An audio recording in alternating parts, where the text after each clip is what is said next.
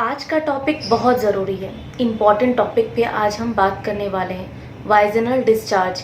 ये टॉपिक इतना ज़रूरी है लेकिन लोग उसको हल्के में लेते हैं। वाइजनल डिस्चार्ज की समस्या इतनी ज़रूरी टॉपिक है जैसे कि ज़िंदा रहने के लिए ऑक्सीजन। तो इतने इम्पॉर्टेंट टॉपिक को कवर करना बहुत ज़रूरी। आप लोग ध्यान से इस वीडियो को पूरा देखिए। सबसे पहले समझते हैं कि ये प्रॉब्लम को लोग प्रॉब्लम क्यों नहीं समझते हैं। कोई कहता है कि शरीर कमज़ोरी की वजह से वाइजनल डिस्चार्ज होता है। कोई कहता है कि जब दूध दही खाते हैं तब वो निकलता है। कोई कहता है कमज़ोरी पे हड्डी गल के गिरता है। कोई इसको प्रॉब्लम क्यों नहीं समझता है। कोई फीमेल महिलाएं अपनी दादी नानी कहती हैं कि ऐसे ही होता है, सबका होता है। शर्म के मारे वो बता नहीं पाती हैं किसी को भी। वो काफ़ी समय से इस प्रॉब्लम को झेल रही है। तो नमस्कार, मैं हूं गायनेकोलॉजिस्ट। इस लाइन में काफ़ी सालों से प्रैक्टिस कर रही हूं और अपने वीडियो के माध्यम से बिल्कुल सही जानकारी आपको देने वाली हूं। तो इस वीडियो को लास्ट तक ज़रूर देखिएगा। और हाँ, चैनल पे नए हैं तो इसको सब्सक्राइब भी कर लीजिए। सबसे पहले तो समझते हैं कि कौन सा वाइट डिस्चार्ज नॉर्मल होता है और कौन सा वाइट डिस्चार्ज प्रॉब्लम होता है। अगर आपको वाइट डिस्चार्ज, सफ़ेद पानी, वाइजनल डिस्चार्ज कुछ भी स्राव हो रहा है तो पीरियड से 4-5 दिन पहले या फिर पीरियड के 4-5 दिन बाद ये अगर हो रहा है आपको तो ये बिल्कुल नॉर्मल है। इसमें कोई घबराने की बात नहीं है। लेकिन यही वाइजनल डिस्चार्ज आपको पूरे महीने चल रहा है, काफ़ी सालों से, काफ़ी महीने से आप इससे परेशान हैं, तो ये बिल्कुल भी नॉर्मल नहीं है। कभी कभी ऐसा भी होता है कि एकदम फटे हुए दूध की तरह, दूध फट जाता है ना, बिल्कुल वैसा डिस्चार्ज होता है। ये भी बिल्कुल नॉर्मल नहीं है। कभी कभी पनीर की तरह डिस्चार्ज होता है, जैसे पनीर के छोटे छोटे पीसेस होते हैं ना, बिल्कुल वैसा पैंटी लाइनिंग में वो वैसा डिस्चार्ज होता है। कभी मछली जैसी स्मेल आती है, गंदी गंदी। कभी तो जैसे च्युइंगम खाते हैं ना हम लोग, वैसा एकदम स्टिकी, ट्रांसपेरेंट, बिल्कुल जैसे मतलब ऐसे फैलाएंगे ना तो फैलेगा, वैसा भी वाइजनल डिस्चार्ज हो रहा है। वैसा मतलब निकलता है, कुछ पार्ट आ रहा है, कुछ स्टिकी, मतलब फैलाने से वो फैल रहा है, इस टाइप से भी डिस्चार्ज होता है।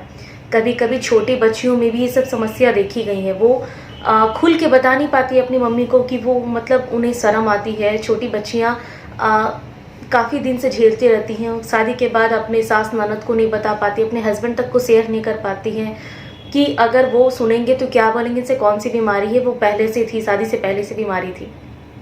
बहुत महिला इस चीज़ से परेशान है। सबसे आगे बहुत सारी बीमारियां हो सकती है। पीरियड के टाइम हाइजीन मेंटेन नहीं रखने से, लाइनिंग पैंटी का आप चेंज नहीं कर रहे हैं टाइम टाइम पे, बहुत सारी बीमारियां हो सकती हैं, जैसे कि पीसीओडी, पीसीओएस, एंडोमेट्रियोसिस हो सकता है। आपको थकान रह सकती है, पैरों में, कमर में दर्द रह सकता है। आपको बिल्कुल पेशाब में जलन होता है, यूटीआई इन्फेक्शन हो सकता है। इनफर्टिलिटी के केसेस भी देखे गए हैं। आपको बार्थुलन सिस्ट हो सकता है, नवोत्थन सिस्ट हो सकता है। आपको बहुत सारा बच्चेदानी के अंदर प्रॉब्लम स्टार्ट हो सकता है अगर आप समय पे सही वाइजनल डिस्चार्ज को समझेंगे, कौन सा नॉर्मल है, कौन सा एबनॉर्मल है, और उसको इलाज नहीं करेंगे तो आगे बहुत सारी बीमारियां आपको हो सकती हैं। तो सबसे पहले समझते हैं कि हमें क्या करना चाहिए जो हमें ये बीमारियां हो ही नहीं, शुरुआत ही ना हो। क्या करना चाहिए, क्या परहेज करना चाहिए। सबसे पहले अगर कोई चीज़ ज़रूरी है तो वो है पानी। आप 3 से 4 ग्लास वाटर का इंटेक अपने डेली रूटीन में ज़रूर करते हैं, पर आप 3 से 4 लीटर पानी नहीं पीते हैं।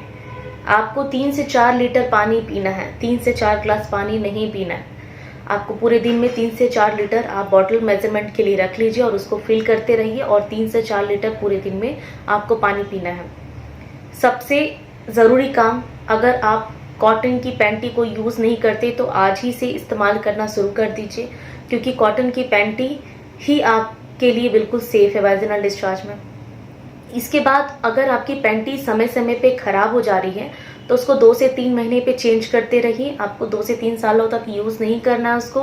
आप उसको तेज़ धूप में सुखाइए, एकदम से तेज़ धूप में। ये नहीं कि कपड़ा के ऊपर आप कपड़ा डाल के उसको, अंदर पहनने की चीज़ है तो आप उसको एकदम से छुपा करके सुखा रहे हैं, तो कोई फ़ायदा नहीं है।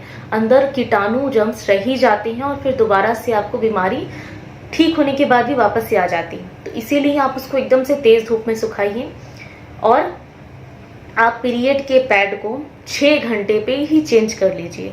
चाहे फ्लो ज़्यादा हो, फ्लो कम हो, उससे पहले चेंज करना पड़ा, ज़्यादा फ्लो है तो ठीक है, पर ज़्यादा से ज़्यादा 6 घंटे, उससे ज़्यादा आपको पीरियड के पैड को वहाँ नहीं रखना है। इससे आप बहुत सारी बीमारियों को इनवाइट कर रही हैं। तो आपको पीरियड के पैड को 6 घंटा ही रखना है, उसके बाद उसको चेंज कर लेना है। पीरियड के टाइम भी हाइजीन बहुत सारे मेंटेन करके रखने हैं आपको। सबसे ज़रूरी काम, अगर आप रिलेशनशिप में हैं तो संबंध बनाने के पहले और संबंध बनाने के बाद आपको यूरिन पास करने ज़रूर जाना है। अपने आप को एकदम अच्छे से वॉश कर लीजिए, ताकि अगर संबंध बनाने के टाइम कुछ भी इन्फेक्शन, हाइजीन मेंटेन नहीं हुआ था तो वो आपको अंदर कोई भी प्रॉब्लम नहीं होगी। यूटीआई इन्फेक्शन तो बिल्कुल भी नहीं होगी। अगर आप बाहर जाते हैं, जॉब करते हैं, तो आपको पब्लिक टॉयलेट यूज़ करने से पहले उसको अच्छे से वॉश कर लीजिए, पानी डाल के अच्छे से, ठीक है। उसके बाद आप यूज़ कीजिए। बहुत देर तक आपको यूरिन को होल्ड करके नहीं रखना है, इससे भी आप प्रॉब्लम बढ़ा लेंगी। एकदम से ब्लैडर फुल हो जाता है, वो प्रेशर अपना स्टेमिना, अपना वो पावर खो देता है और आप बाद में आपको यूरिन लीकेज की प्रॉब्लम स्टार्ट हो जाती है। इसीलिए आपको बहुत देर तक होल्ड करके भी नहीं रखना है। आपको टॉयलेट जाना है, टॉयलेट के सीट को अच्छे से वॉश कर लीजिए आप, उसके बाद ही इस्तेमाल कीजिए। दूसरा, खाने में फ्रेश हरी सब्जियों का इस्तेमाल कीजिए। 1 कटोरी दही, फ्रेश दही आपको रोज़ खानी है, रोज़ 1 कटोरी। 1 चम्मच फिटकरी का पाउडर लेकर के गर्म पानी के टब में आप बार टब इस्तेमाल करके उसमें 5 से 10 मिनट आप बैठिए। रोज़ आप करेंगी, सप्ताह 10 दिन में आपको आराम ज़रूर मिल जाएगा। और हाँ, ये सब करके आप बीमारियों को होने से पहले बचा सकती, हो गई तो उसको जल्दी से रिकवरी करके आप ठीक हो सकती हैं। तो इसी टाइप से और वीडियो देखने के लिए आप मेरे चैनल को सब्सक्राइब कर लीजिए, क्योंकि मैं हर रोज़ यहाँ पे नए नए वीडियो आपके लिए लाती रहती हूँ।